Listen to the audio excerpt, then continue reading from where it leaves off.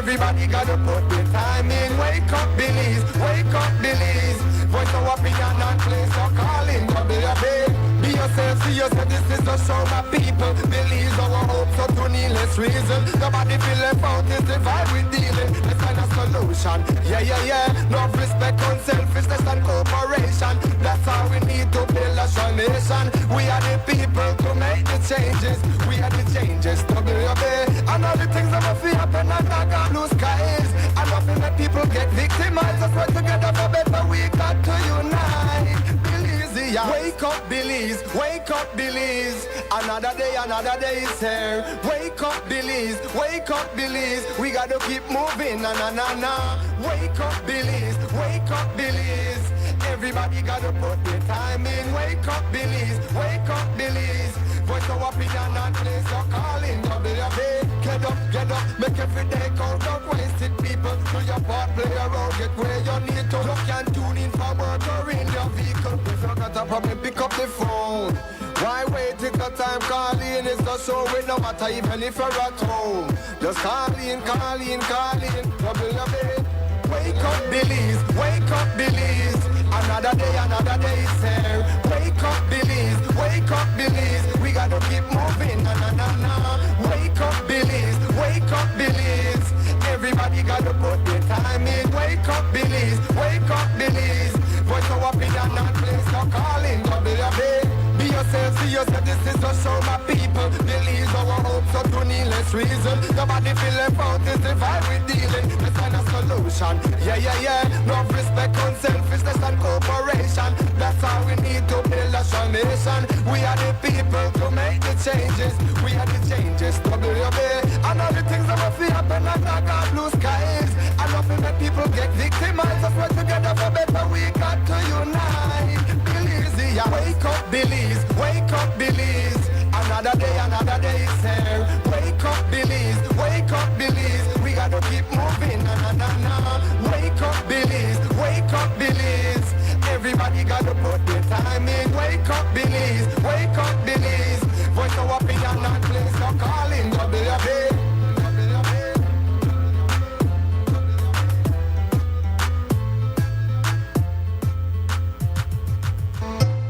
Wake up, Billy's. Wake up, Billy's.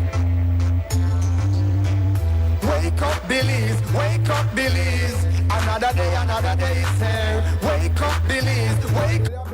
Be yourself, see yourself. This is a show, my people. Billy's our hope, so to needless reason. Nobody feel left out, is the vibe we dealing. Let's find a solution. Yeah.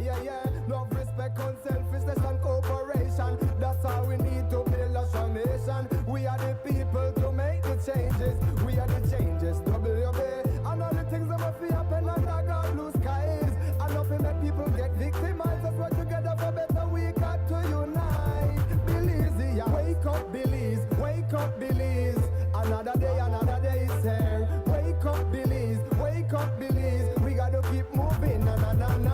Wake up, Billy's. Wake up, Billy's. Everybody gotta put their time in. Wake up, Billy's. Wake up, Billy's. Voice of opinion and place your calling. WUB.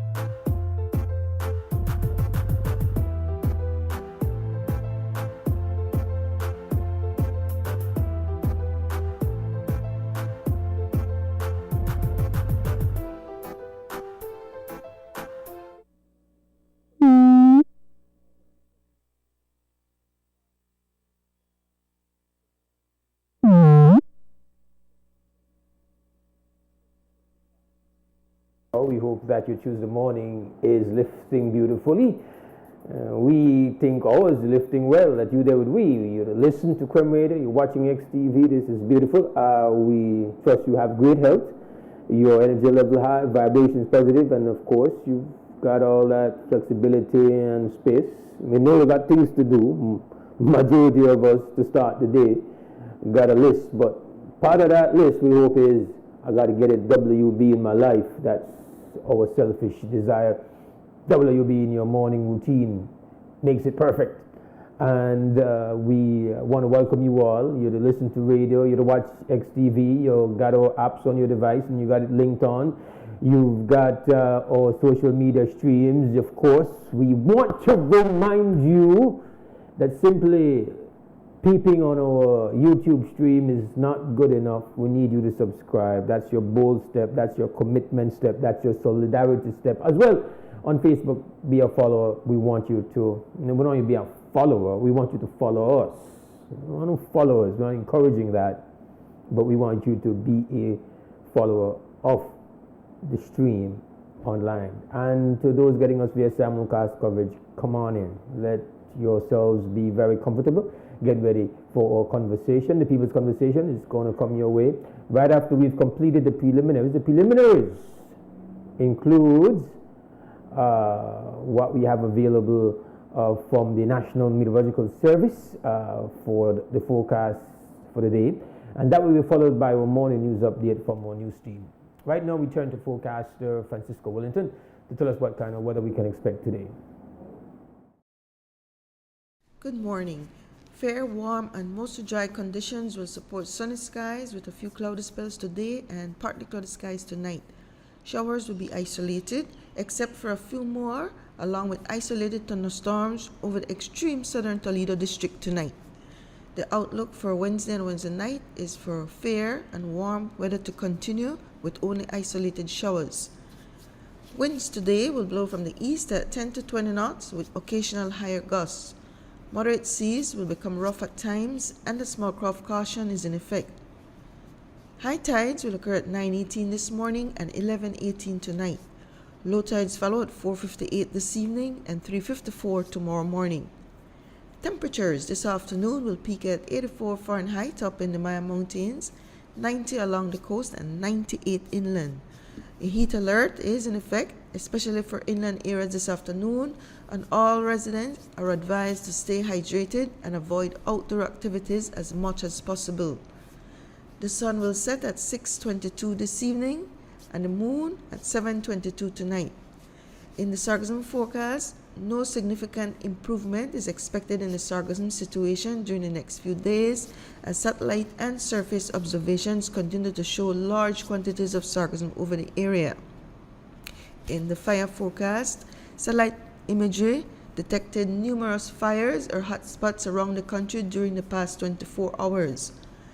This condition will continue and the fire risk will remain high for the next 24 hours. That's the latest from the Belize Weather Bureau. Do have a pleasant day.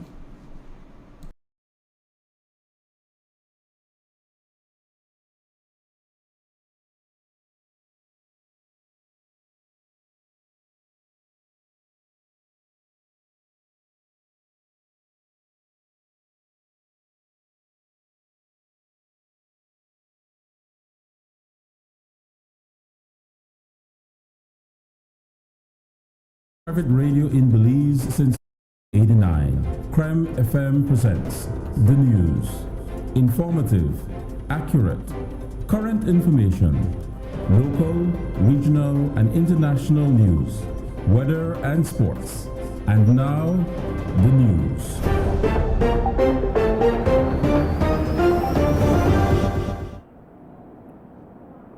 Making news at this time, the Bicentennial administration has introduced a constitutional amendment to legalize anti-crime SOEs in the wake of two conflicting High Court judgments, which have left the government in a quandary about the legality of the measure. While an appeal of the decision adverse to the government can take months, the government is trying to get ahead with the 13th constitutional amendment, even as an SOE is ongoing. Here's Prime Minister John Bicentennial providing an explanation for the bill. Madam Speaker, It is no secret that successive governments have used the public emergency powers provided to the state by the Constitution of Belize in the interest of public safety or public order, or for the purpose of preventing, detecting, or controlling crime in the country. The data shows when an SOE is declared, crime goes down dramatically, especially murder. But, Madam Speaker, two recent decisions of the High Court of Belize have left a state of uncertainty about the use by the state of this measure as of the public emergency powers to prevent, detect, or control crime in the country. Madam Speaker, the pronouncements of the respective judges are conflicting. This creates difficulties for the government, for any government. Firstly, the state has a responsibility to uphold the rule of law, which includes the state abiding by the court orders or pronouncement. The state clearly cannot abide by both decisions. The purpose of the law is to create certainty. Uncertainty in the law is an anathema to law and order. The uncertainty in the law, therefore, cannot persist uncorrected and therefore must be addressed. I have publicly stated that the government will appeal the recent decision handed down by Judge Nabi. It's Nabi, right? Such an appeal, however, could not come from hearing for at least 9 months from now, in March of 2026, in the March 2026 Court of Appeal session. The state of uncertainty in the law cannot persist uncorrected for such a long period. And so, Madam Speaker, this is why I'm here this morning introducing this Belize Constitution, the 13th Amendment Bill 2025, because legislative intervention is necessary. Details some of the changes the 7 clauses of the bill contemplate. These proposed amendments to the Belize Constitution to make new provisions include: 1. A new Section 18A empowering the Governor General on the advice of the National Security Council to make an order on reasonable grounds and in the interest of public safety, public order, and for the purpose of preventing, detecting, and controlling crime, that a designated area is a special area and limit the rights of citizens within this area for a specific period. So now, there will be a constitutional requirement that before the Governor General acts, this is done on the advice of the multi-sectoral body, which includes the heads of our law enforcement apparatus personnel, the Commissioner of Police, the General from the BDF, and also the Commandant from the BDF, and also the Coast Guard, members of Cabinet, myself as included as Prime Minister, the Minister of Defense, Home Affairs, Foreign Affairs, and the Attorney General. And the advice must be based on reasonable grounds. This is the same threshold that courts look to in order to be satisfied that an SOE was justified. This new section is separate from the current SOE provision in the Constitution.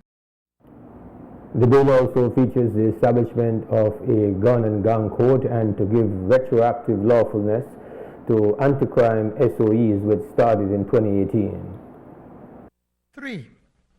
A validating provision similar to the current Section 145 of the Constitution to make it clear that the proclamations of state of emergencies and regulations made since 2018, as well as all acts and things done by the state thereunder, are deemed to have been lawfully done.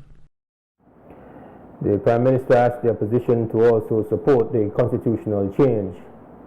During Monday's start of the budget debate, Deputy Prime Minister Hyde provided an update regarding the standoff with the Public Sector Workers Union who are asking for an 8.5% salary increase among other demands.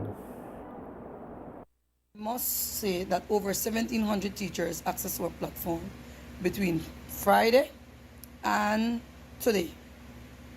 However, we're having a challenge because our teachers in Toledo Rural. The first private radio in Belize since 1989. The news. Informative, accurate, current information, local, regional, and international news, weather and sports. Left the meeting with the Junt at the evening of Tuesday, May 13th, feeling heady that we had presented a proposal that we felt could work. We had avoided a breakdown in talks. We were headed in the right direction. Then I woke that night feeling a certain unease. This wasn't going to be easy. These kinds of things are never easy. It's a journey. It's about how you reach a place that we can all be comfortable with at a rate that's acceptable to all. And that's the challenge, the pace, the speed of delivery, of change. Henry Kissinger once said, any deal means making compromises on both sides. If both parties are not happy, that means it's a good deal. Last Wednesday, May 21st, we formally presented in writing to the Junt the proposal after Cabinet had accepted it. You all know the contents of that proposal, but I'll repeat it here for the benefit of all. Cabinet approved the execution of the General CBA framework to commence on June 18th, 2025, or any other date agreed upon by the parties. Cabinet approved the retroactive disbursement of funds to meet transfer grants due and owing, as agreed upon in the CBA of September 2021. Cabinet affirmed its commitment to an increase in minimum wage to $6 in accordance with our Plan Belize 2.0 manifesto commitment. Such an increase to come after the requisite engagement and consultation with all relevant stakeholders. On the matter of the request for salary adjustment of 8.5% and 2 frozen increments, Cabinet approved a 3% salary increase starting October 1st, 2025, an additional increment at the start of fiscal year 2026-2027. So in effect, a double increment will be issued then. Cabinet also authorized our negotiating team to engage and reach agreement with the Junt on the matter of the remaining 5.5% salary increase and the second increment, subject to mutual agreement on measures related to pension reform, cost savings, and revenue enhancement. For her part, the president of the National Teachers Union, Nadia Kalis, on Sunday evening provided an update on the voting by members on the proposals submitted by the government. I must say that over 1,700 teachers access our platform between Friday and today. However, we're having a challenge because our teachers in Toledo Rural, and I'm talking specifically about the villages without internet access, they were unable to receive their paper-based ballots. So our current result is not complete because we need to ensure that we give those teachers the opportunity to vote. We don't want to disenfranchise them. We also had a couple of our teachers who were having technological issues. And so our council has decided tonight that we're going to give those teachers with technological issues the same opportunity that we're giving to our brothers and sisters in the remote areas of Toledo. So the polls will once again reopen, and we will close off on Tuesday. The BNTU has no problem extending the voting period because our sister unions are also voting around this time. So rest assured, members, we're doing all that we can to ensure that the vote from this union represents the majority. With that, I say good night, God bless, and I see you this week. Oh, by the way, we're once again wearing our green. We are wearing our green until this process is over. So it's a green week. It was a historic moment yesterday as Honorable Tracy Panton, as the first woman leader of the opposition, delivered her first budget rebuttal on day one of the marathon 3-day event.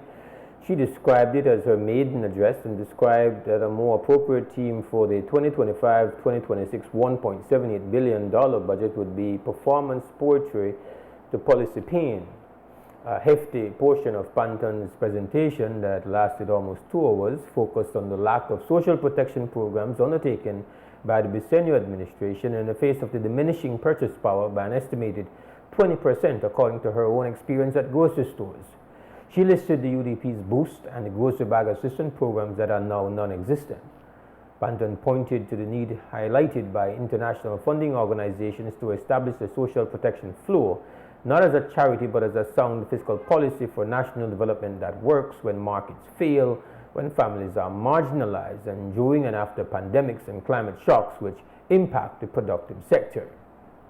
Madam Speaker, we all sat and listened to almost 2 hours of rehearsed optimism, padded with selective statistics and proposals that are painfully detached from the lived experiences of ordinary Belizeans.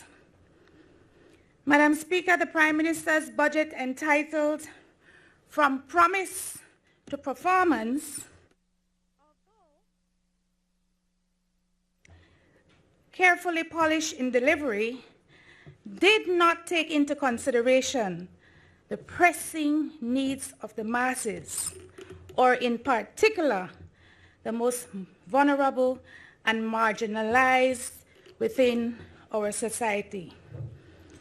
May we point out, Madam Speaker, that there is a widening gap between those who have and those who are desperately trying to make ends meet.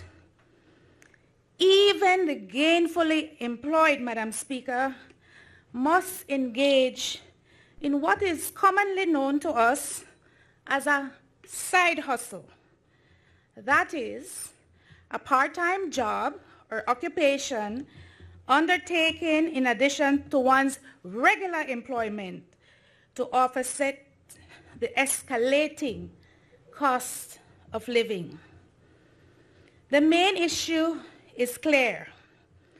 The budget is insubstantial and lacks vision, offering more spin than solutions. Questioned the government's statistics on unemployment and inflation as she pointed to recent cases involving people stealing food. She also called on the PUP administration to tackle corruption.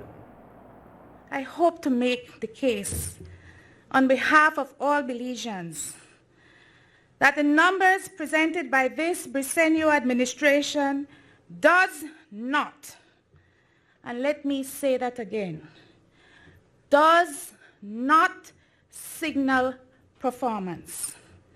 Rather, it reveals a government that is obsessed with spending and allergic to accountability, reform, and measuring the economic impact of their failing social protection policies. In this fiscal period, Madam Speaker, revenues are projected to rise by $94 million, but half of this depends on uncertain grants.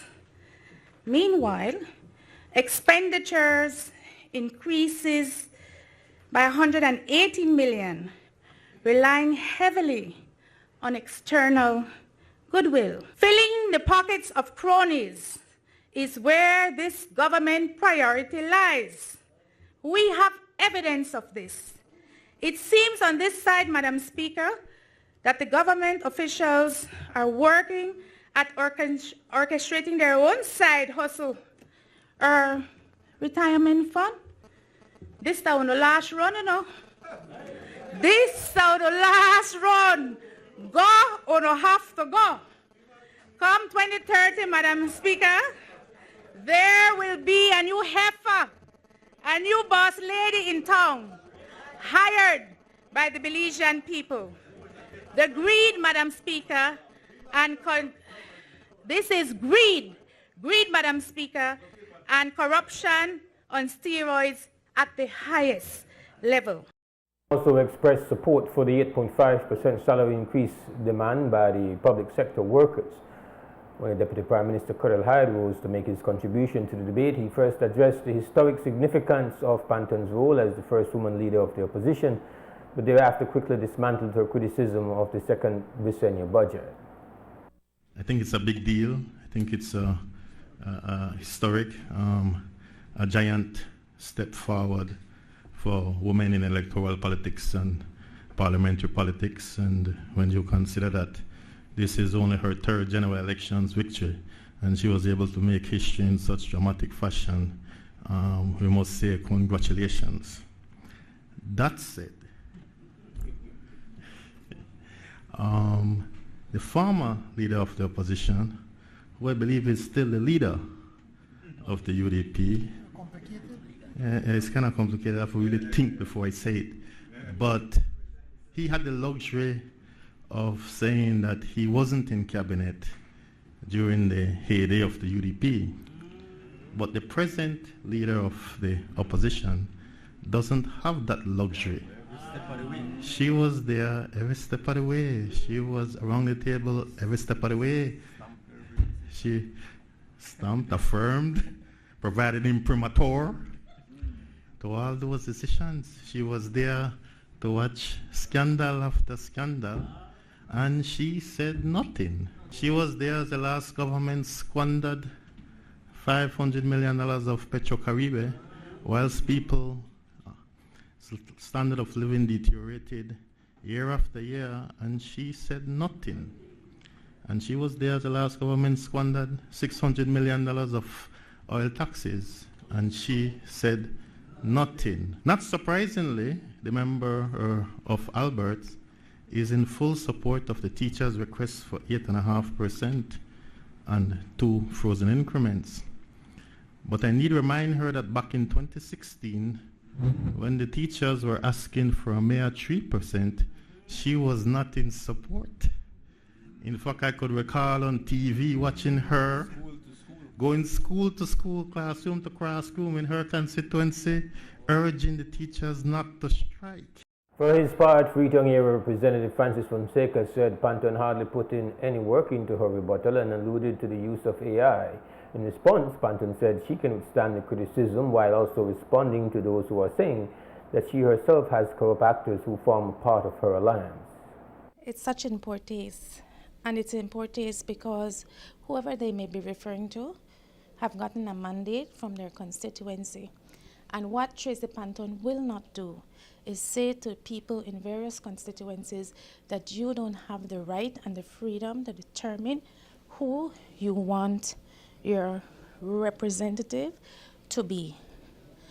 I certainly have broad shoulders, and I have been able to and will continue to take the licks because we have to do things differently. And I believe I have the capacity, the ability, the experience, the expertise to do things differently. We're charting a new course. We're setting a new tone for this country. It will take time to get used to, but I am sure that is what the people are asking for.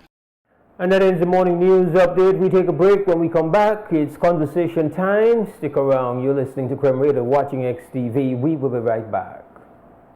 The first private radio in Belize since 1989. The news. Informative, accurate,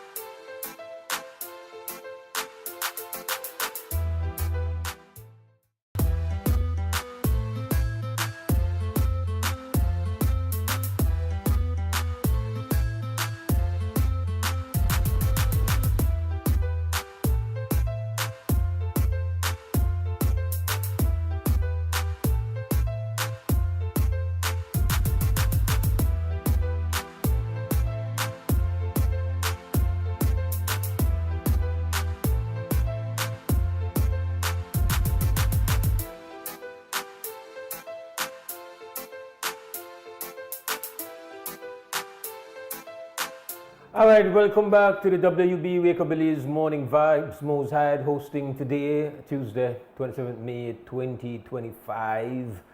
Different day, different morning, new one, but that is same rules. We invite you to jump in. We love when you talk, we love when you reason, and we've got telephone numbers lined up for you to be a part of the conversation. The telephone number is 280-5848.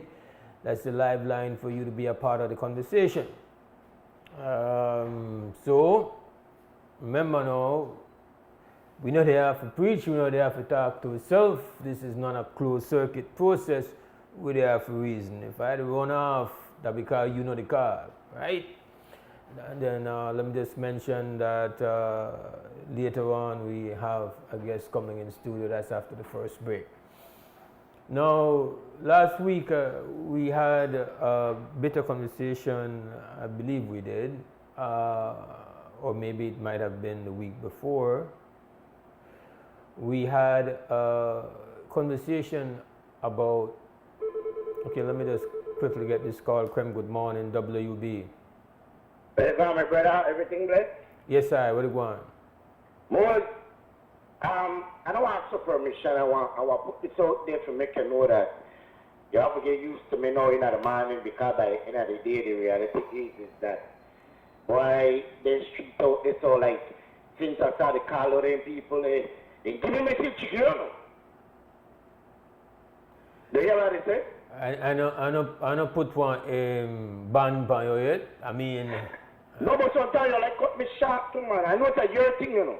But remember, my office Bedrin,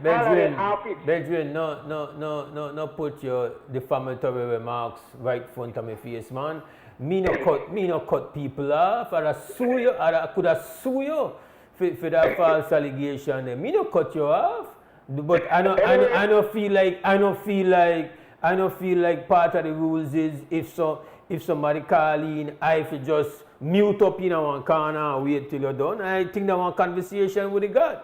So I tell you one thing I like you to buy, you know, if you defend yourself, check. Well, I hope so. Where do you go on? Alright, so check it out, Bedrin. And about, you know, I got it when they were the street, they say, and the people, they think with it is that you have to give me back your 2 cents. You know what I'm saying?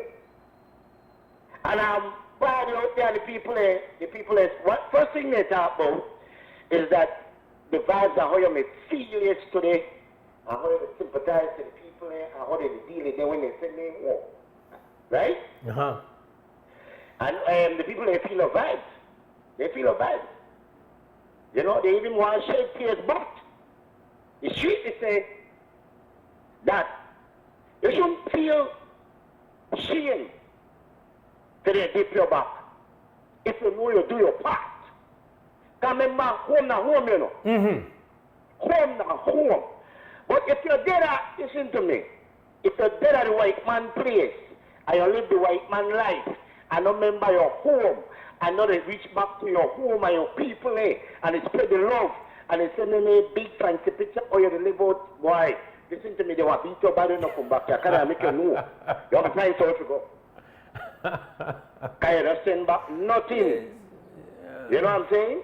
And you believe that day you may have wither away, that day you may have pine away, that day they may have. Because lots of them take shame and bury out there, no? And they can't come back and they don't handle nobody here. You know what I'm saying?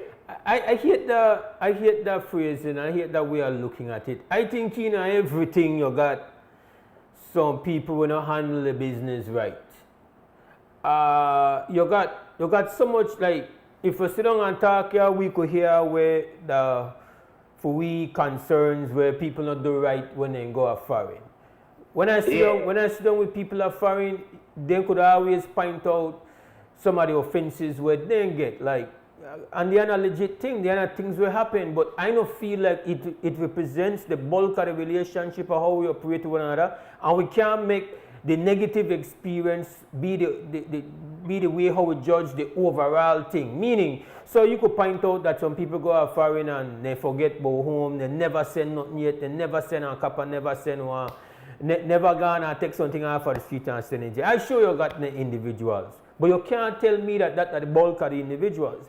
Same way, I sit down with family that are foreign and I tell them, man, you know, I try work out with people back home. I send money for them, build a house and do this and boom, boom, boom. And when I step back a yard, no house, no there, name fence, nothing no put down, name peg.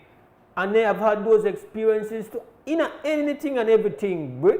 People got some bad experience, but that don't mean that the only thing will happen or that the majority of the thing will happen. So that's why I want to balance it off. Mose, yesterday I book one of the people when I send back home, Mose, I had to tell you believe me if you want, it lasts. Mm-hmm. It lasts. Yeah. Give me a 25 years to push out there. It's still not out. It's still not out. It still smells like America. Yeah. But you can see condition. When I mean the man smell like. The man smell like. Listen to me. The man. You still here you know. An idea, and he come in after 25 years. I tell you last. I mean, birds like that could happen. You know. You don't know whether way. Well, we have a teacher. That don't mean that the beat and down, you know. That don't mean that the beat and down will bring them down. But what they tell me now is that we are now a lot of people, whether up to the time our country, because they live that foreign life, and some of them not got no way to stay, nobody to go to. In fact, some of them don't even remember the house when they come from when they Middle East. Sad for to say, but when I talk to the people in the street, the people in the thing, they shouldn't be ashamed, I should have feel proud to come home. Yeah. And I tell her they are not thing. I say, listen, they tell me that, check out the 2 cents come today, I know. All right. I say, listen, they tell me that you're already gone. That boom, you should have feel proud to come home.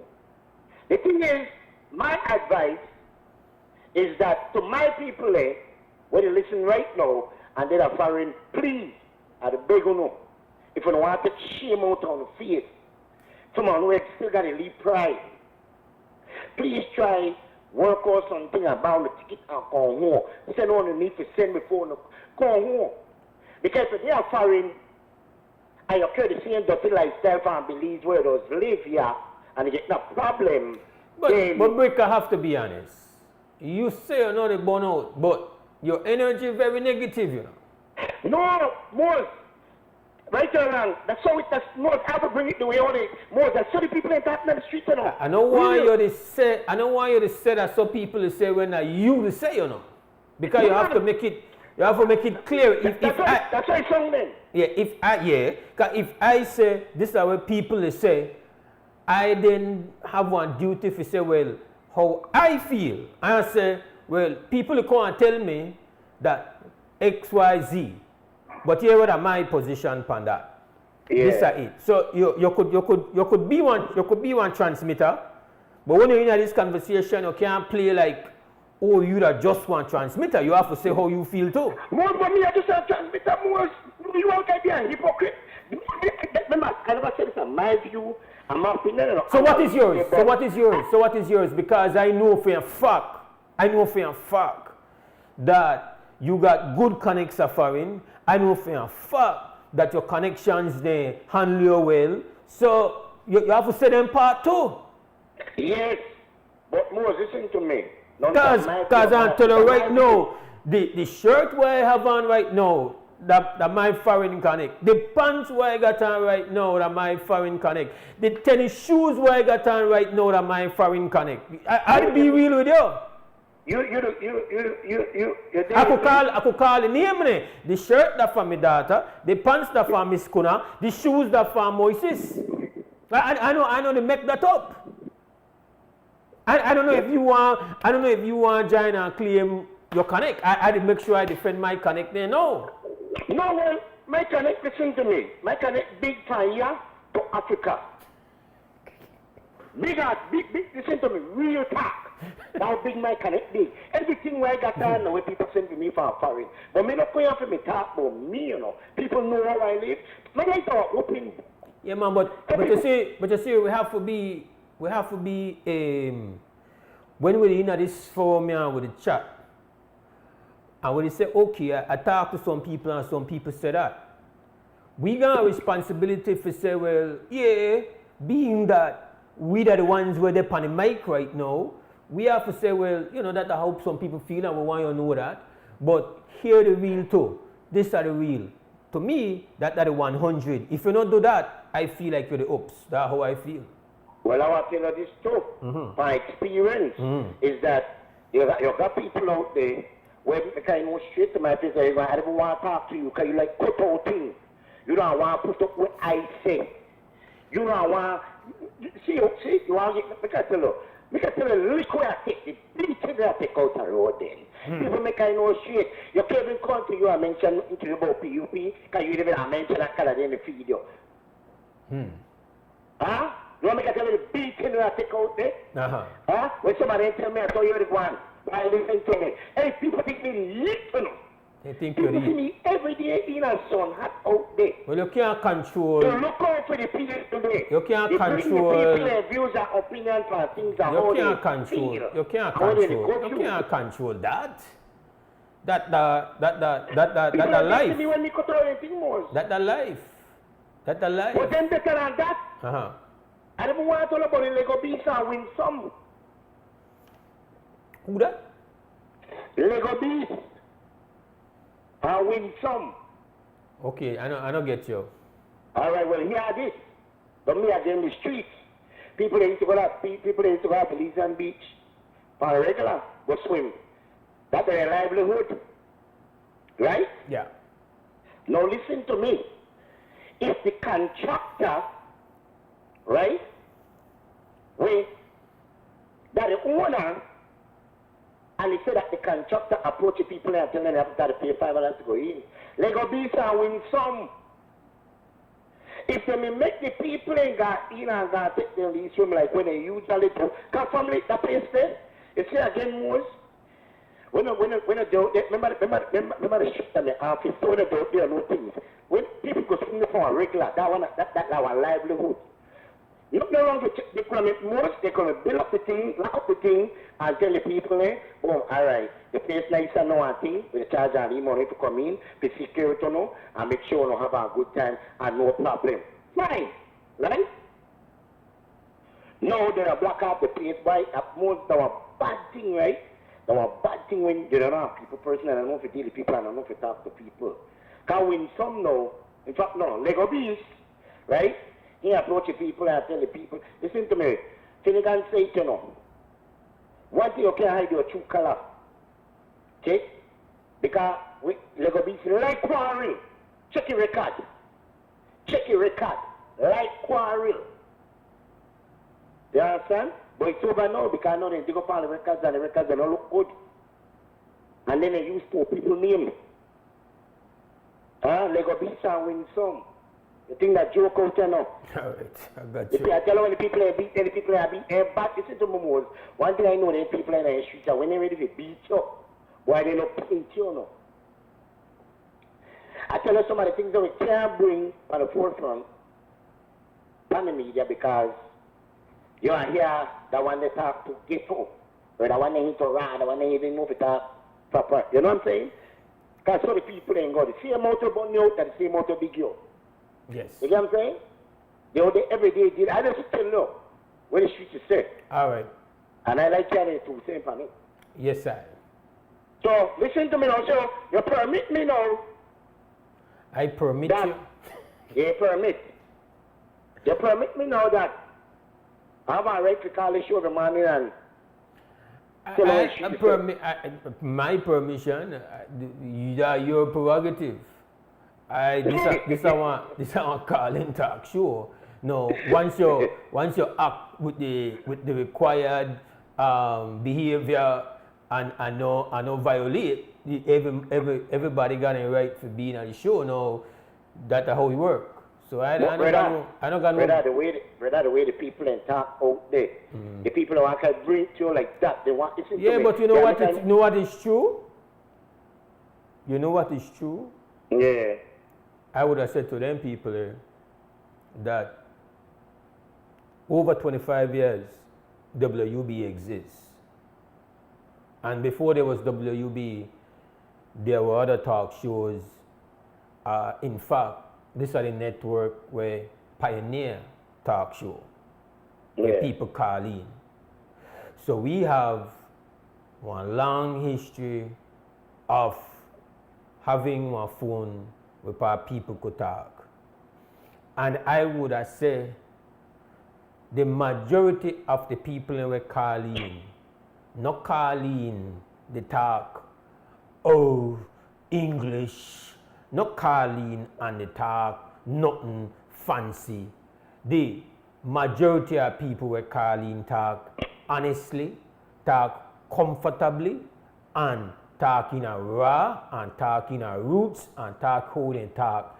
Only thing we say, no foul language, and you can't come and say something about somebody where I make we have to go to court, go pay no thousands of dollars, because we not got that.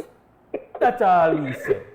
So, as long as people want chat, the phone there, and people not have no history, I say, whip out, then get stopped from talk, unless then they do them two things there. So the show need people to have the courage. I don't want no you create one new kind of caller where you are the transmitter caller, where you only call for say where somebody tell you for say. I don't really know I like that. I don't mind you call and say how you feel and where you observe, because you got your own views, you got your own observation, and you got your own wisdom. And I learn from that. And who the listener watch you and learn from that. Because that's how it work. I feel like 25 years I do this, at the end of the day, I'm the biggest beneficiary, because I learn every day. And I learn because people call in and teach. A lot of things where I got consciousness of I would not have if I to live one different life. The non-talk show journey for me, what I mean, one bigger fool, less educated, less conscious. But by doing this as one life, as I work, boy, I win. I win because I benefit from so many who call in. So I don't know if I'm happy with the whole transmitter vibes you come with, but we are working it out. Give thanks. Well, before I go. Before you go. I know going nowhere. Before you go. Before I make you go. That's the point. All right. That's why I big up there, you right behind the building there, way tirelessly every day. Make sure that they get it right with a note the lead drumming crowd, right? I'll be beating you up, kind of beating you up, right? What kind of drumming then they do that? I know the drumming they go on. Now what do you need? Then first of all, I may think then you're ready for something, but that's everyday practice. For any event that come up in a feel a sports with it, is that you make when they do? Yeah, I mean wonder if the drumming. I mean wonder if the drumming that feel like I said. What do you then the drum for?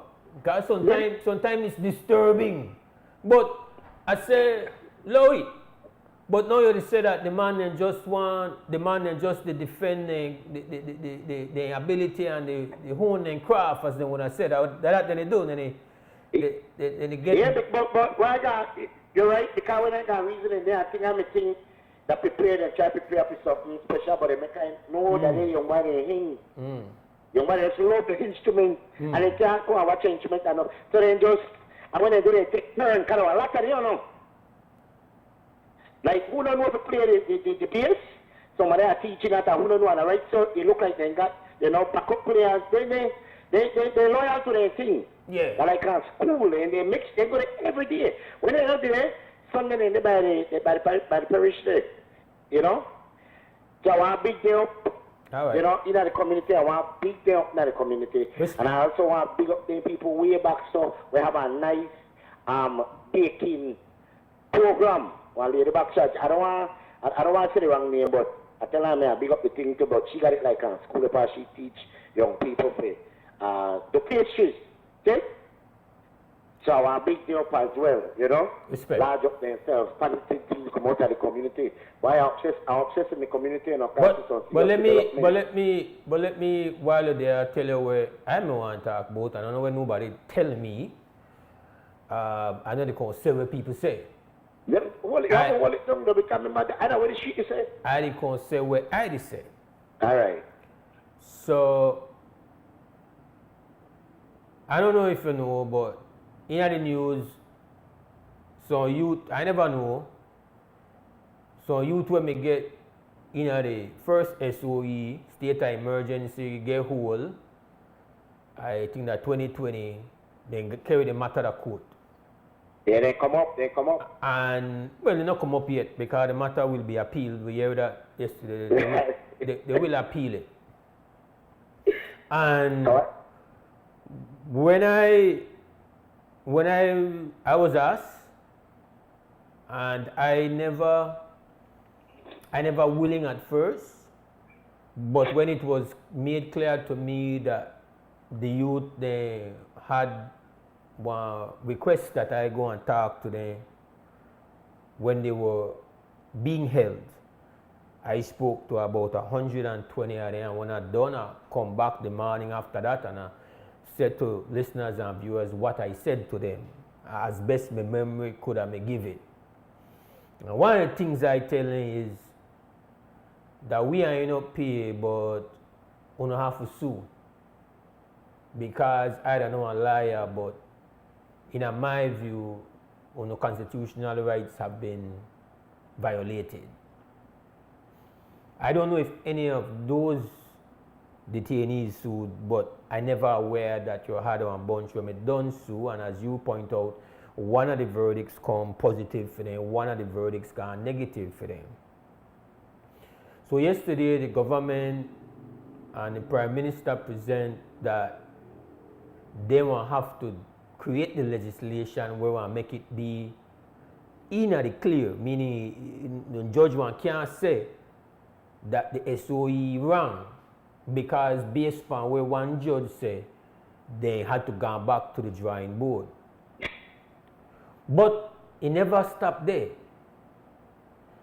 They say, the Prime Minister said that what the government want doing this new legislation when they put forward is that they want retroactively, where that one word mean that they want put in one legislation where one cover the going back way. Now, when the last administration do it, I burn that out, brick, because for me, retroactive, making something legal, that one filthy act. Yeah. And go against, in my view, what is fair and what is just. You responsible for corner road with your belt unbuckled and your pants to drop off. You had a chance for looking at the mirror before your corner road and make sure your belt buckled tight and your button. Meaning, when you want to do things as the elected government, you have at your disposal one whole department of attorneys.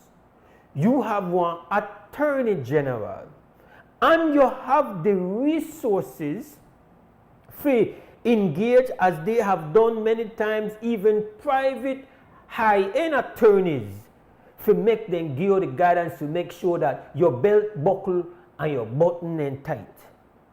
So now that you're going to court, our judge say your pants there, your ankle.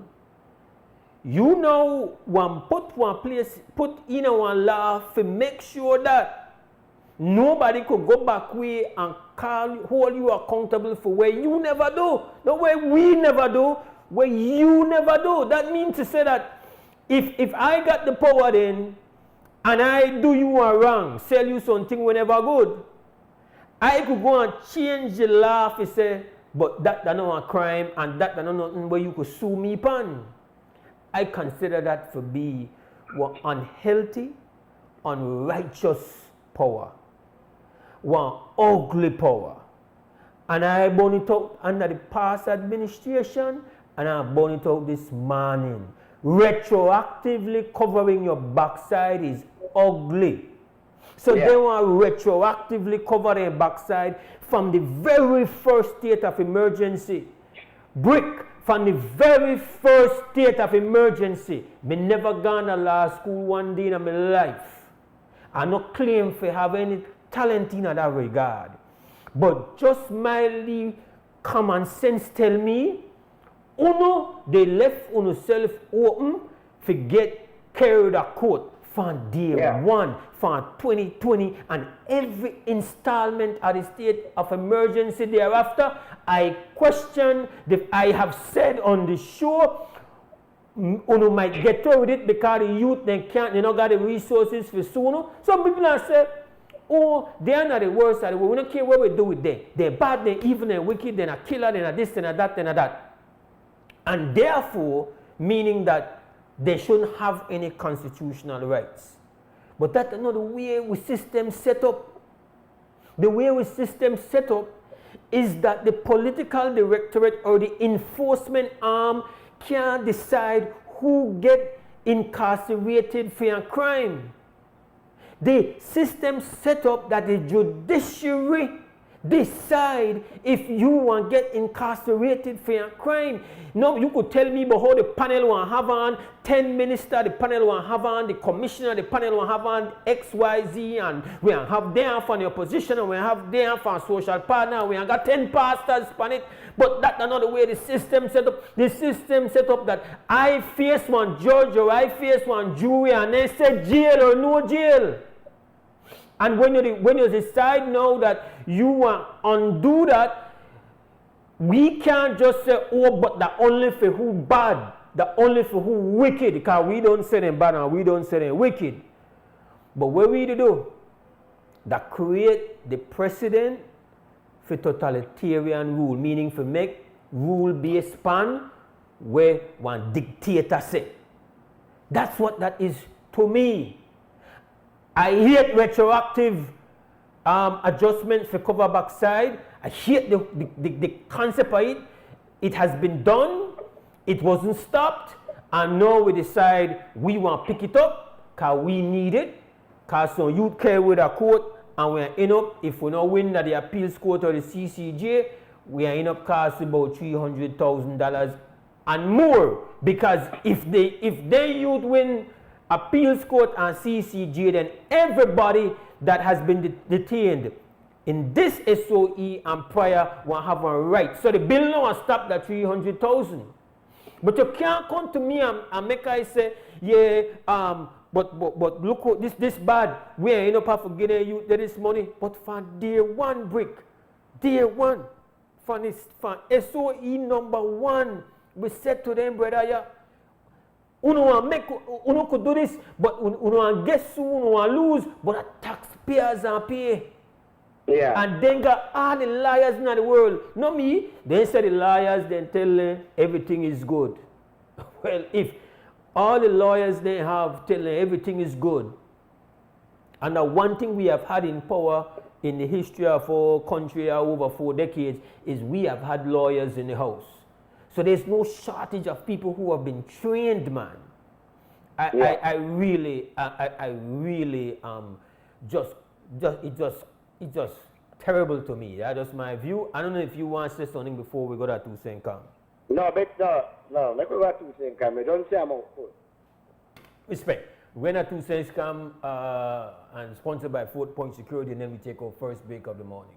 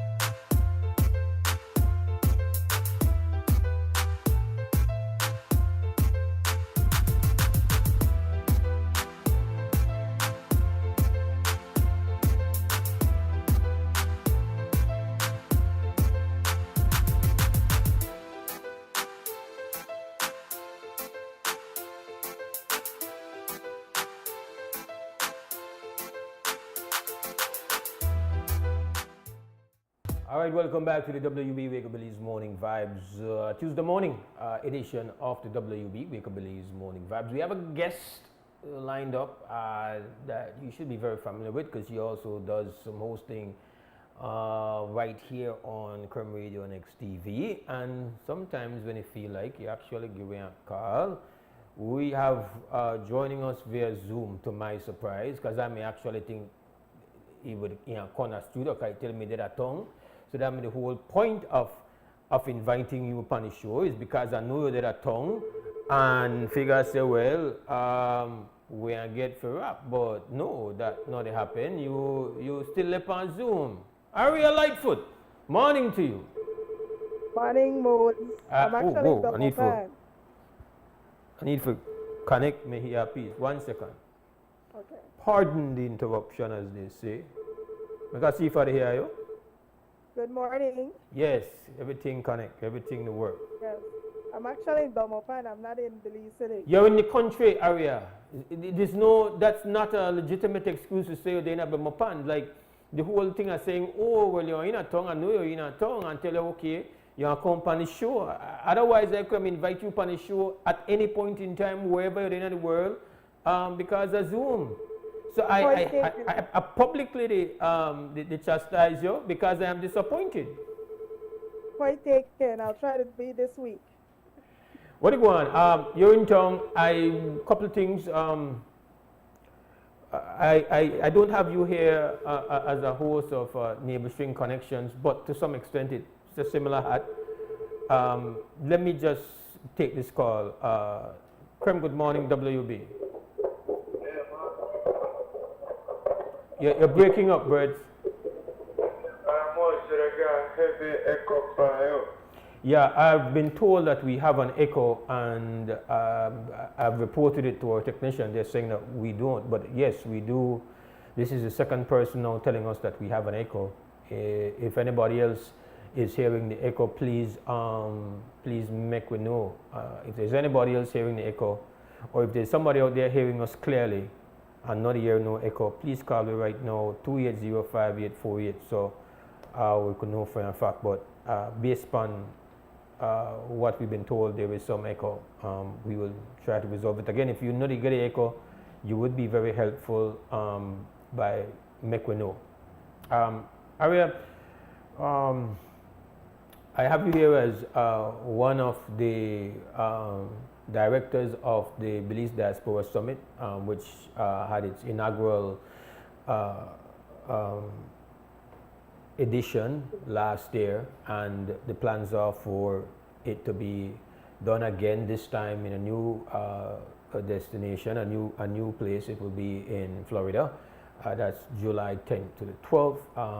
Full disclosure, I am a director as well. We have been working together from before last year, and we are the official, like I say it, even though I not got it on paper, but we are the official media at the Diaspora Summit. However, before we really get into the summit, just a couple of things, because I mentioned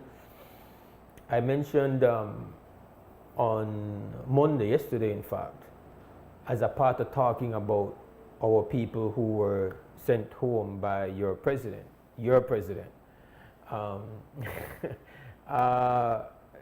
You know, I said that something that has not really, I don't think has been really put in the news, but as somebody in the diaspora, you're aware that two of the biggest Belizean festivals in the United States have been cancelled. And from what I have been made to understand, though I have not spoken with any other organizers of the event, I know one of the events is the Chicago event, the Belize Day in Chicago. It seems as if though it's in response to not wanting to have a problem with the Trump administration and the immigration people in the United States. Could you enlighten me, listeners and viewers, with if you know any of the details and what your thoughts are on this matter? So I did speak to at least one of the organizers in Chicago, and their concern were around the entertainers and the vendors. Apparently, some of the vendors had issues with attending the event. Those are the food vendors, and they did not want to have to go through the whole visa, putting people's visas in jeopardy. Performers. That's what I was told. Meaning performers and vendors coming from Belize to the event, or performers? I think local vendors in Chicago and performers coming from Belize to the event, which to me, I mean, they have their own reasons and purposes, but yeah. I'm not sure if it makes, that's what I was told. So, right. So are you of the view that this is a significant thing? That this really is news. This is a huge annual event, and there's also another event that potentially, I think that's in Houston. It's in Houston. I think that one is in Dallas. So there is another Belizean organization in Houston. There's one in Dallas. There's Vegas, New York, and there is California. The two that canceled were Dallas and Chicago. All right. Have you gotten any feedback as to how folks in the diaspora feel about the cancellation of these events? I know it really, at least from somebody who lives here in Belize, it should tell you about the impact of what's going on in the United States right now. Because, and I'm speaking now specifically about within our community. What, if any, feedback you've heard of people feeling supportive, feeling that they understand, and what's your personal view on the fact that this has happened? So, I want to say that they did a study recently, and they showed that Trump. Can you hear me? Yeah. So let me just. I'm really. Can we just turn the volume down a little bit, Cliff, because it's kind of overmoding. I'm not hearing Aria that clearly. All right. Let's try that again, Aria, please. Right. They did a study recently, and they showed that Trump has not deported an additional person within the same time frame. What has happened, though, there's a excessive coverage that's taking place. I think we kind of lost here a little bit. Yeah, go ahead. I'm hearing you. Okay.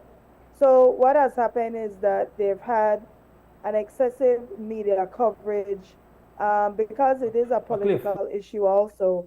And what you'll see the media do is that the media is going to cover cases where ICE is enforcing. I don't agree with you that it's media overblown. I think whether or not the numbers say that he has not been more effective than previous presidents or previous administrations, they are the ones beating an extremely loud drum, and that is having a significant impact. They are. I agree. They are. Yeah. It's like in Belize, they deported 22 or 21 Belizeans, and then they put this big showcase on with people standing on the plane in military-looking gear, and it was one big showcase. It was terrible. It's horrible because the objective is to create fear, hoping that people would use that to, as the embassy put out, to self-deport for $1,000. It's horrible.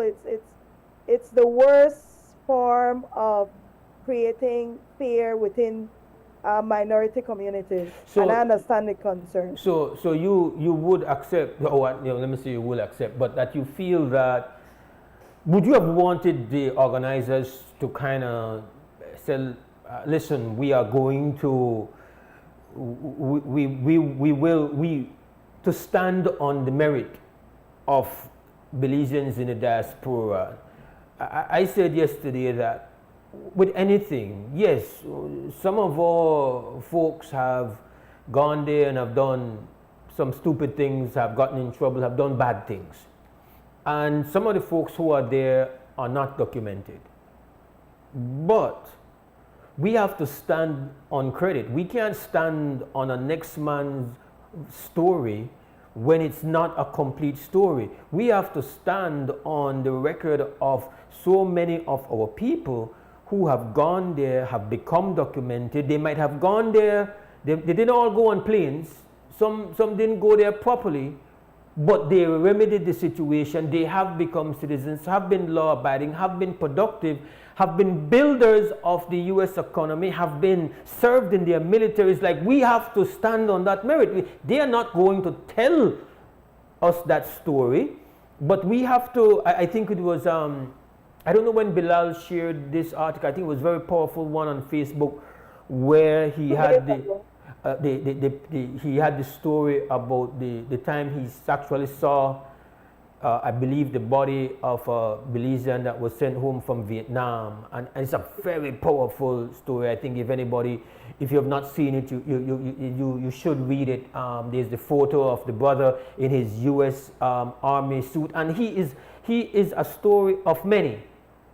And so we have to stand on that. Like, are we just completely just capitulating to this narrative of demonizing of the non-white immigrant? Like, why are we doing that?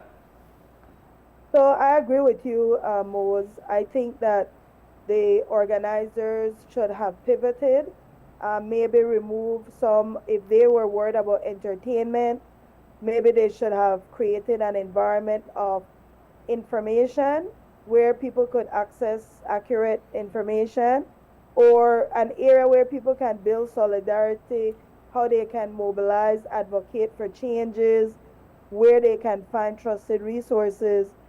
I really think that's what they did. The population in Chicago is so significant, because I actually went to the event last year. There must have been, that's the most Belizeans I've ever seen in any one spot, in any event I've ever been in the diaspora. And so it tells me that there was an opportunity then maybe to change the format a little bit. And you have such a large group, you could have captured a large group. Everybody that's in the U.S. is not there without papers, you know? And even the ones who might have felt that it was not safe for them to be out there, they could have created a live stream or done something to create information and create an environment where people can learn, because a lot of people have rights and they might not even be aware of what these rights are. It's something as simple as that could help these communities, our community. We cannot, I agree with you, we cannot allow the minority that to be demonized, and then you just ignore the majority. So in that aspect, I do agree. No, a couple of things there. So I need to get, again, before we jump in, because I think it lends itself naturally to getting you to explain, well, why you're so passionate and why the other organizers are so passionate about ensuring that the Diaspora Summit 2.0 happens, and how it's going to shape itself to deal with the times that we are living in. But I need to get you on a couple of things that you've said. That one, and you have referenced it already, how important it is for us here to do our part. Like, I don't know if you heard my first caller saying, like, some people are saying, well, you know, you have some people where when they enter the States, they never did look back, you know, and then they get sent back. Again, we also have to control the way we, and when I say we, I'm talking about we living in Belize here, how we, and I defended that yesterday, that we cannot look at the folks that are coming back home and sharing any feeling like, oh, in shaming, in stigmatizing. Like, yes, you will have with everything, you will have a couple of people who legitimately have done wrong, and we have to deal with them how we are supposed to deal with someone and hold them accountable for that. But I don't know, we had a group of about 2021, and only 2 of those had any run-ins with the law. That means that we have done a tremendous disservice to at least to 95% of the individuals there. I completely agree. One of the things we always, and I got this from the minister himself, saying that the Belize diaspora contribute up to 10% of GDP in Belize. Belizeans who are living abroad are still very much engaged in Belize's economy. A lot of times they provide safety nets to families when they're suffering, when Belize has any disaster. They actually form, or we form, a big part of Belize overnight tourism numbers versus people who come for one event and show up. A lot of Belizeans, I feel, also help with scholarships, educating the population. And I think that we are a people, I think Belizeans is Belizeans regardless of demographics. No matter if you're there at Belize or if you're there abroad, when you go to them Belizean events abroad, the Belizean music they play, the Belizean food they eat, the Belizean flags they get flown. And I think that we should be beyond the political divide and the social divide, because I think that as a people, we need for start to value our people. And by valuing our people, even in situations where they are, like you said, 19 of them were deported, these people will come back with skill sets that they were working in the US, and hopefully that those skill sets are transferable and positive in Belize. So even coming back to Belize might not be a bad thing for Belize. It might actually be positive. You know, the Prime Minister has discussed shortages in employment. Construction, a lot of times, have a shortages of certain skill sets for certain types of work. You know, a lot of Belizeans work and develop some high-level skill sets, and hopefully all this is positive for Belize, and I think that's how it should be viewed. Now, before I go to break and then we come back and we can focus a little bit more on the summit itself, what are your thoughts? Because when you mentioned about the fact that these festivals have been cancelled, and a part of it is that they have they're feeling the fear, and just because of the noise in the United States at this point in time. Isn't that the reason why we have consulates? Isn't that the reason why, isn't that the role that they're supposed to play? Are we on the ground there, the feedback you are getting, are we upping our game? Are these offices functioning in light of the times that the diaspora community is experiencing right now? So I think the consulates are always there to provide paperwork and certain guidance, but yes, it's always an opportunity for them to up their game, as you said, and start providing information where they can find information. I know that's what the Mexican embassy does, because you know, Mexicans are the largest immigrant group that suffer from this type of enforcement. So their embassies are very much ensuring that people are informed.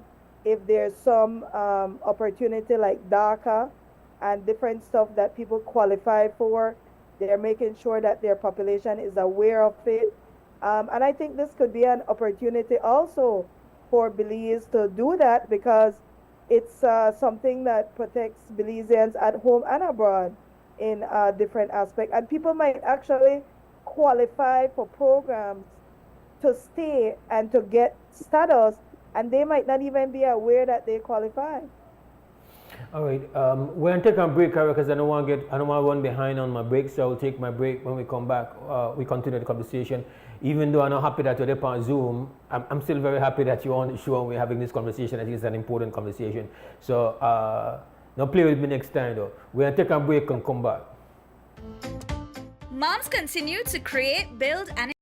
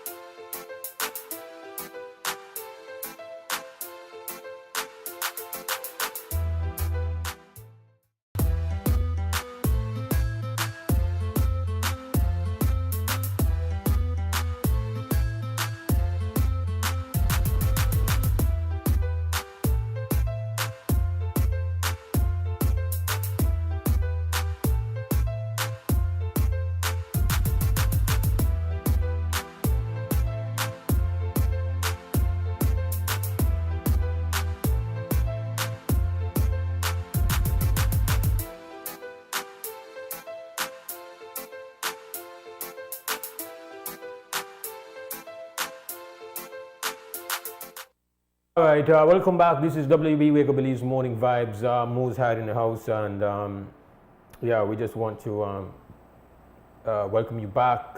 Listening to Creme Radio, we understand that the echo that we've been getting is actually on our radio signal, and so we're trying to deal with that. For those who are experiencing that on Creme Radio, we do have as our guest this morning founder and director of the Belize Diaspora Summit, Aria Lightfoot, also host of Neighbor String Connections. We've been talking a little bit of things that are currently going on in the diaspora, and I was actually sent a message here.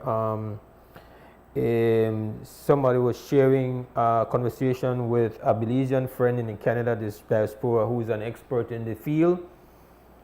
And just a bit of the comments saying that that the vast majority of returnees are law-abiding people, no need to subject them to the humiliation and violation. So if the law is what they're saying is the reason why they have, I don't know that the law said that they needed to have the kind of show of uniform force on the tarmac at the airport. I don't know if the law says that. So I feel like that is just we doing with Mose to try please Uncle Trump, no? But it says that if this person who is apparently an expert says that if intended returnees are being taken to the police station, this will usually be considered a violation of their rights and not considered a best practice in migration management. If a returnee has not committed a crime in their country of origin that requires that the police detains them, then they are essentially being criminalized. It says that this is a human rights violation, and also the issue of Belize have been flagged for these practices in the past. And finally, interaction with media or any state organ should use the word returnee and not deportee. The word deportee, like the term illegal, carries stigma and xenophobia. So the official and dignified term is returnee. Some officials may need to be aware of this. I think that's a big point, that to call people deportees is again to be collaborators in this whole stigmatizing of our people. And I think indeed there has to be a lot of sensitizing done with the police department and with the Ministry of Immigration and Customs for there to be we can't pop once they come off that plane, then the energy has to change. We don't control what the U.S. position is. You have a voice in that, but we don't have a voice. We don't control that. We have control here. We have agency here, and we need to do a better job. I don't know if you want to say anything to that before we kind of just update folks on what's going on at the Diaspora Summit 2.0. No, I think whoever wrote that is extremely correct. People are not criminals. And then you have to add the added factor. Why is America not enforcing rules against big farms and big industries that hire people who are undocumented? Why are they just going after people who are the least powerful people? If America was serious about immigration, that would be something that would be on the agenda. And so we should not be playing into this political, it's a political promise that the Republicans made. It was popular. And so they're playing up to the promises. Belize's role is not to be a part of that, but to protect Belizeans wherever they are. Let me kind of get to the business of, so the Diaspora Summit 2.0 is going to take place. Tell me when, where, and what your feelings are about the 2.0. So we're planning at the Broward Convention Center in Fort Lauderdale, Florida, July 10th, 11th, and 12th. It's a 3-day event, and we were excited because Florida International University Law School are going to come on board. They're going to bring in some law professors, and we're going to talk a little bit about immigration and civil rights. They're going to do their own town hall. We also have another immigration attorney that will be at the summit, that will have their desk, where they will be providing information if anybody is interested in immigration, because outside of anything illegal, you're thinking about people who are entitled to citizenship that may want to apply right now to get their U.S. citizenship. Also, outside of that, we're doing panel discussions.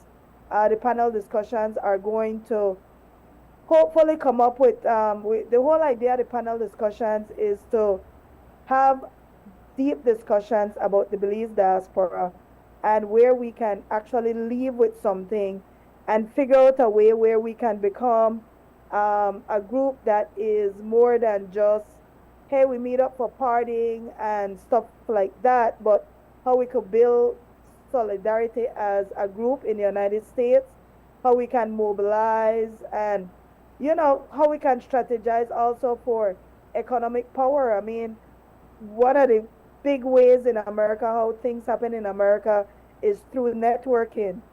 Other diaspora groups, the Cubans, for example, which is big in South Florida, you have the Jewish community. They are powerful diaspora groups because they have figured ways to protect their community, to figure out ways to do business with their community, and how they can help educate their community. And I think it is something that we as Belizeans can emulate and offer up. We're going to do a business networking event on the Friday, where we're doing like business mixers, and then outside of that, we are hoping to get the clinics again this year for Belizeans who are looking for some paperwork, or maybe they want their children, like me, I want my son to have his Belizean citizenship. So things like that, you put everybody in the same space where things can be done efficiently, and also provide a place where Belizeans can feel at home, and where they can learn credible information, and where they can network with each other for business or personal reasons. All right, so that's kind of like an outline of what's going to happen there, and also there will be cultural components of the event as well. So Ray Gongora, Go ahead. who is a well-known playwright and has done multiple shows in Belize, and he comes from the Square Peg Players. He is going to premiere his play at the event that's called Makobe. I mean, just the name itself, I guess it's going to be, comedy seriousness. We're also working with a Belizean comedian to come in and create some, some comedy efforts and stuff. And of course, we have some Belizean vendors and American vendors that are coming in that will be displaying their products to Belizeans. Which was a component of last year's as well. So there was a lot of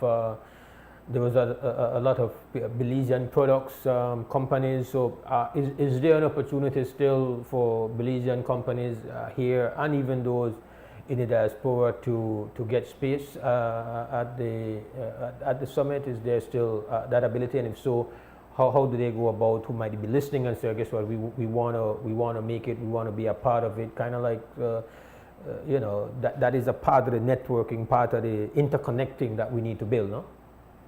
Yes, absolutely. So we have tables available for Belizeans who want to display their products. You can email info@BelizeDiasporaSummit.com, or you could send me a WhatsApp, 813-486-8220. We're also catering to small businesses.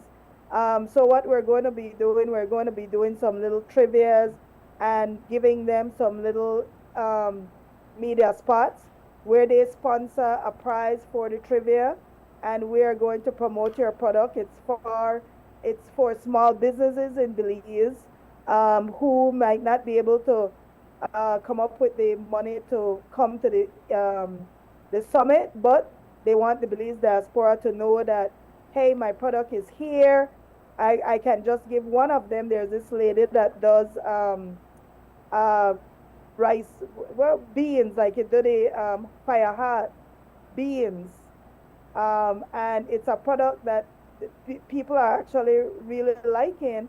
You buy a leaf fire heart beans, they smoked and everything, pre-packaged. And she's going to be one of the sponsors for one of these trivias where people can, in the diaspora, can win this fire heart beans. And I think it's these type of innovative, up and coming companies that have an opportunity to also display their product at this event. So what does she do? What does she do? You people in the diaspora order it and then she ships it out like that. That's interesting. It's mostly, when we travel to Belize. Oh, right, then you buy it. Up with cheese, we pick up with pepper, we pick up everything. Well, now she has it packaged.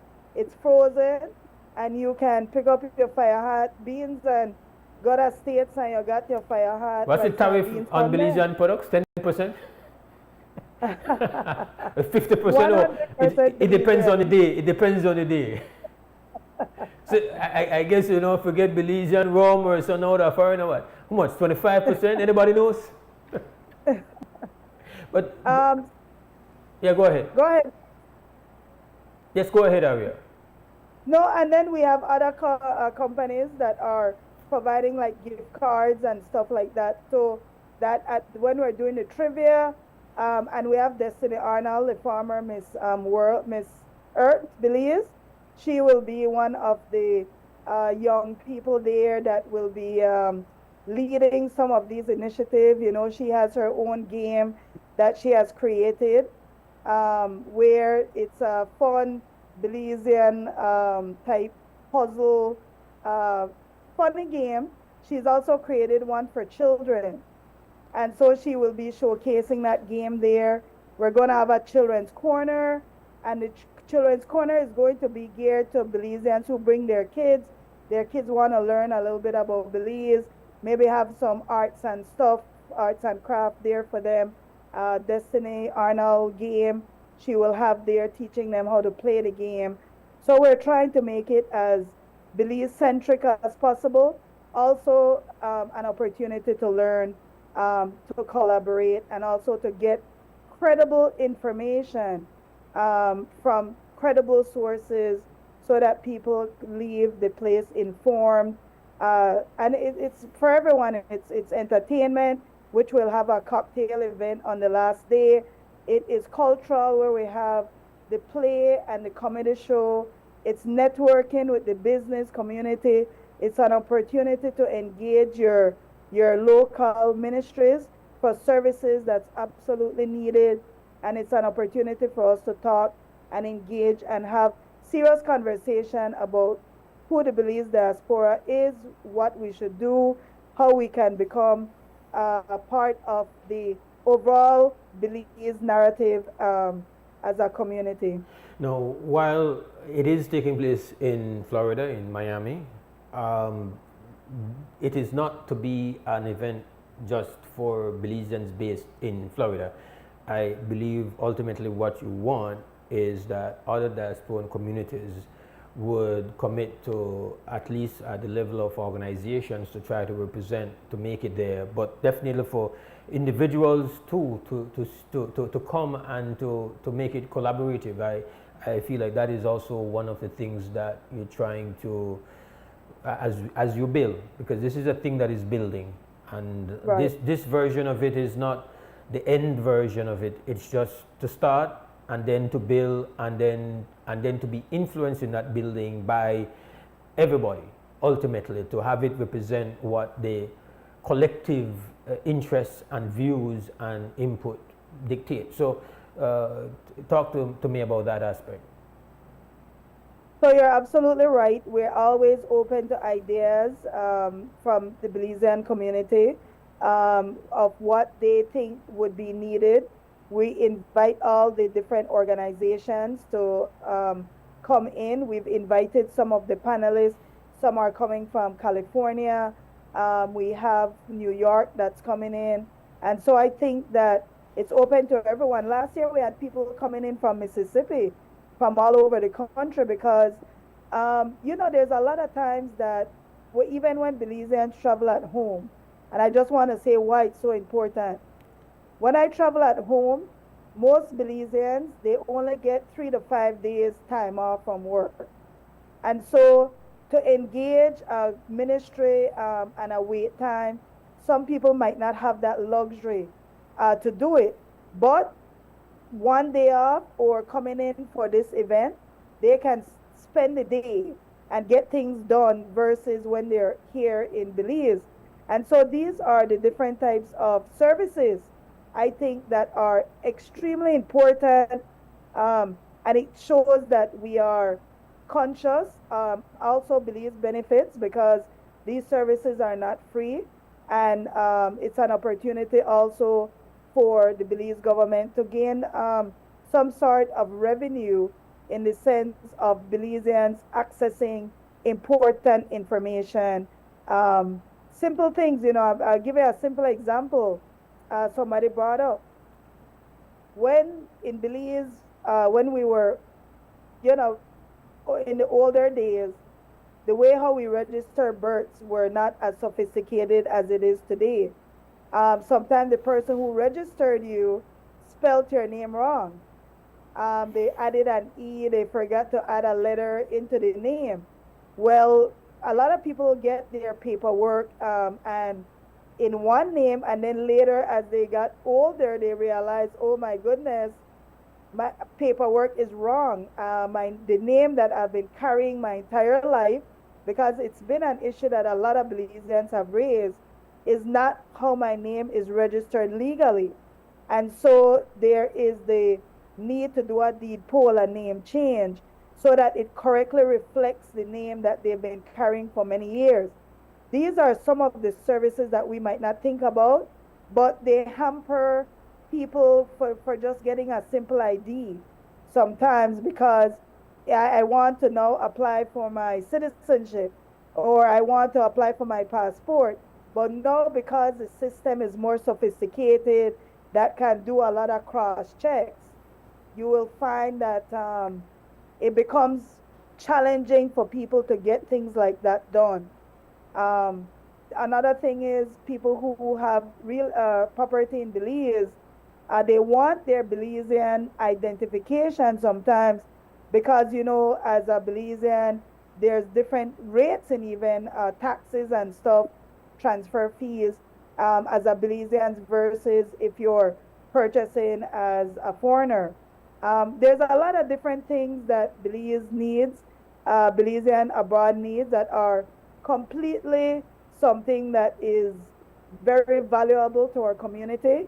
Also last year, I just wanted to say, with the ministers that showed up last year, I think it was so well received. Like, people felt seen, identified, they were able to engage their leaders, and I think that was extremely well received in Belize. And I think something like that should always be built upon, because the Belizean diaspora does love Belize. There's no love lost in Belize, and I think that any Belizean that is abroad is an ambassador for Belize, and most Belizeans, for the most part, treat Belize in that respect.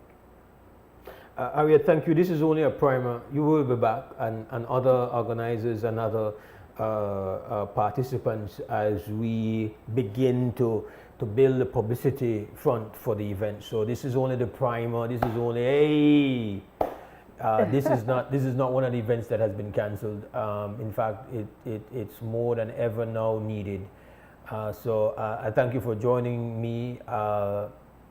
Again, not happy about the whole Zoom thing, but we're gonna take that for now. Next time you did a tongue, You want the on. That whole we have to do that. Thursday. Well, you're not on Thursday, I know right? on Thursday, so yeah, I can't be But I'm there. seeing you on Thursday. But though. yeah, we link on Thursday for sure. So, all right, Ariel, Okay, thank you very good. much for being taking the time out. We will take ourselves a break and come back with more WB. En Belice valoramos a nuestras familias.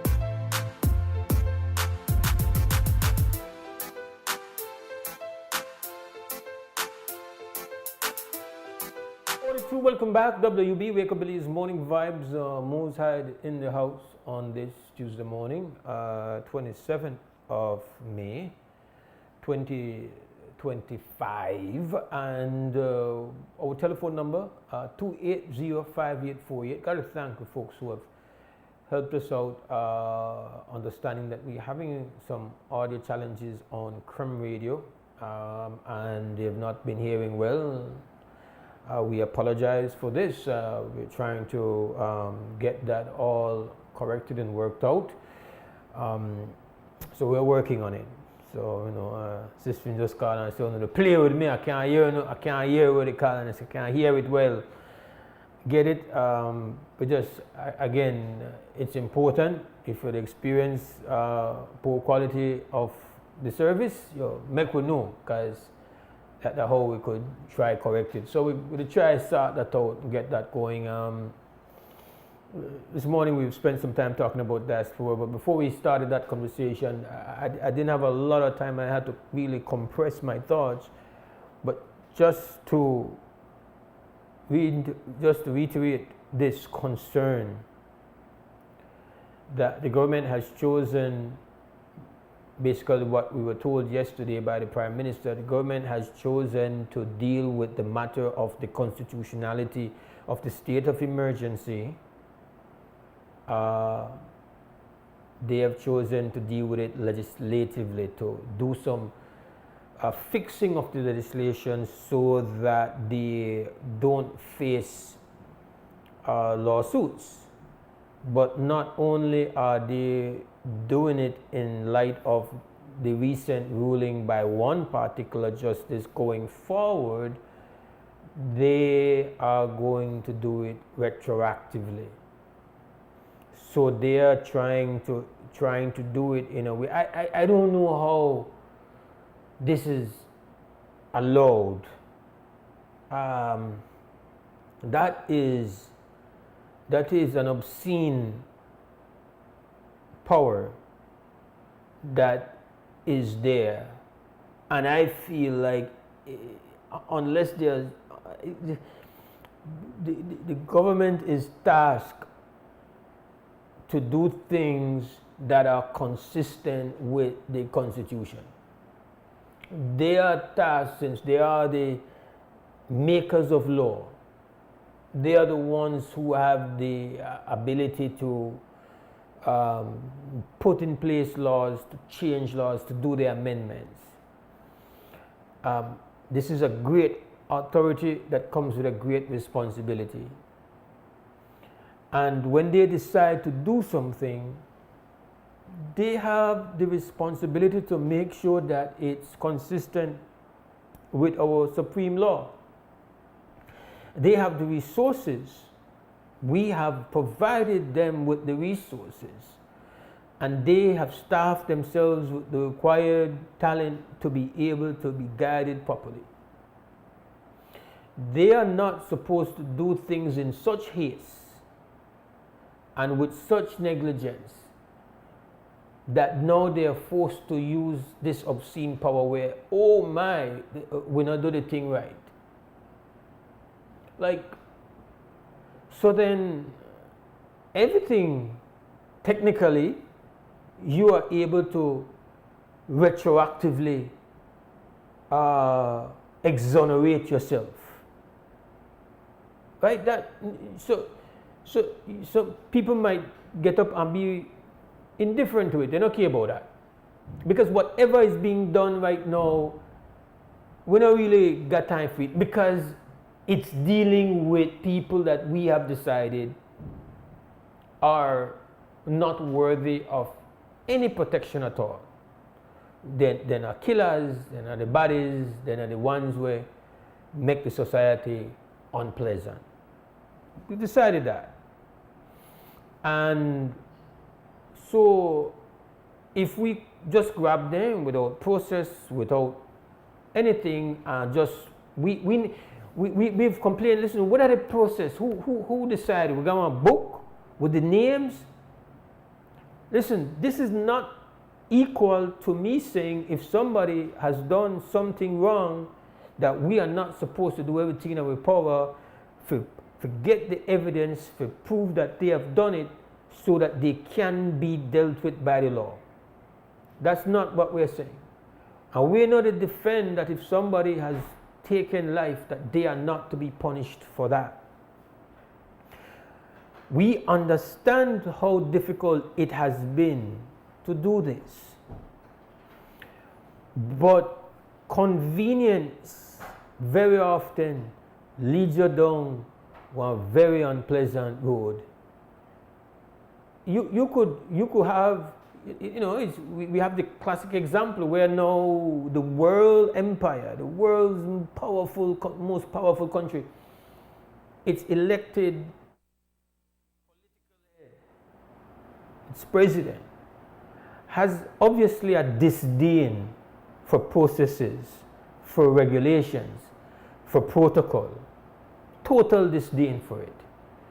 He wants the power of an authoritarian, meaning he wants to exist, he wants his power to do as he sees immediately, as he wants to do it, without having to worry about any checks or anybody else needing to do anything to make it happen. He wants to have that total power. He obviously feels that that would make him more effective. And in his mind, he has all the solutions to everything, and feels that the reason why so many things have not been fixed is because of all these frills and regulations and this agency and even the judiciary. He now sees as an inconvenience to his purpose, because in his mind he is the ultimate intelligence and the ultimate solver of problems. And if you just leave him to be, everything will be fixed. This is the Trump doctrine.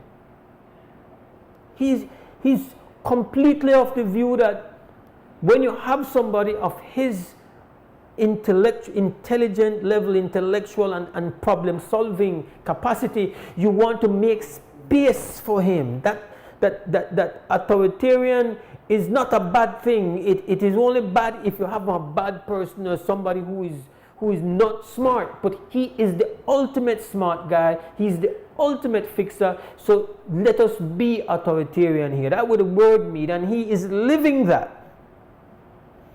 And now that country that once used to tell the rest of the world about rights and process finds itself unprecedented waters where their norms are being ignored, and they have problems with even following what justices say, what the Supreme Court says, because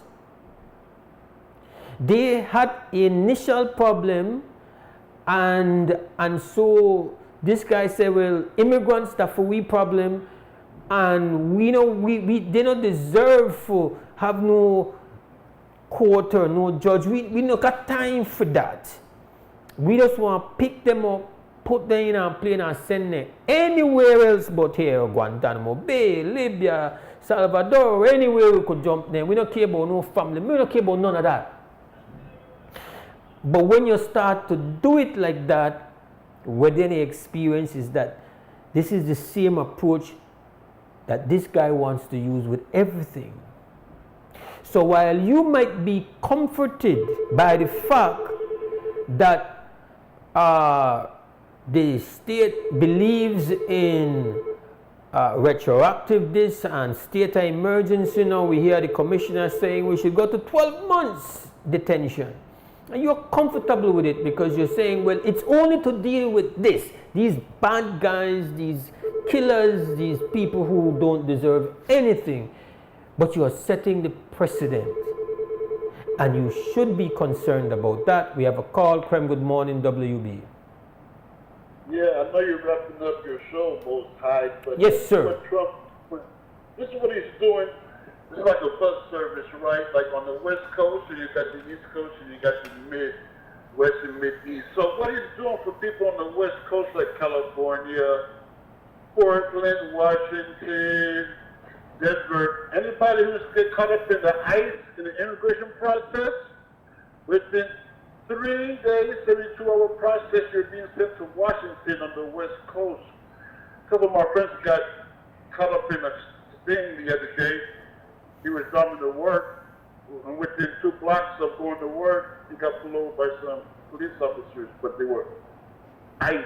So it seemed like they were taking him out. I don't know who snitched on him or they've been watching him. But after he got arrested in LA, they sent him to San Bernardino County Immigration. In 3 days, they flew him to Washington. That's what's making the trip more easier for Trump. He has like terminals. He has Washington, he has Louisiana, he has one on the East Coast. So he doesn't have to make a lot of trips in that big old airplane. So it's kind of hard for a person to get in contact with a lawyer or get any type of legal aid because you're being sent out of your state within 72 hours, even though you're going through the due process legal law in a different state. It's hard to get in contact with your friends or your family. So we had to get in contact with a lawyer in Washington in order for him to start the process with immediate deportation. So that one is not going to every state. It just goes to 3 different states, like I said, Louisiana, Washington, and one on the East Coast. All right. All right. Thank you very much for that contribution, my brother. All the best. When you look at the places like in LA, you go like 48, for example, you can't find nobody at 48 hanging out on the weekends no more. It's like a ghost town. People scared to come out of their houses. Okay? Yeah. But anyway, Allah Akbar, peace out. All right. Give thanks. We take a final break, come back and wrap the show.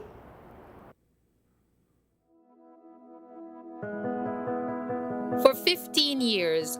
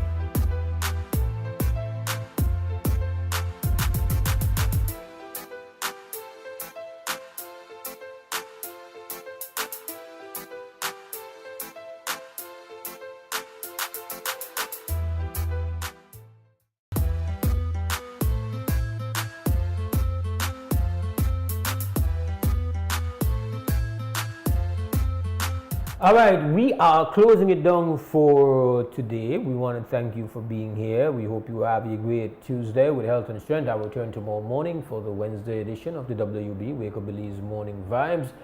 As always, we acknowledge the team behind the scene. They make it work. Larry G at Creme Radio, Pat Cliff at XTV, The Glue, our director this morning, Ms. Krista Flowers. As always, stand strong, stand firm. For now, we're gone!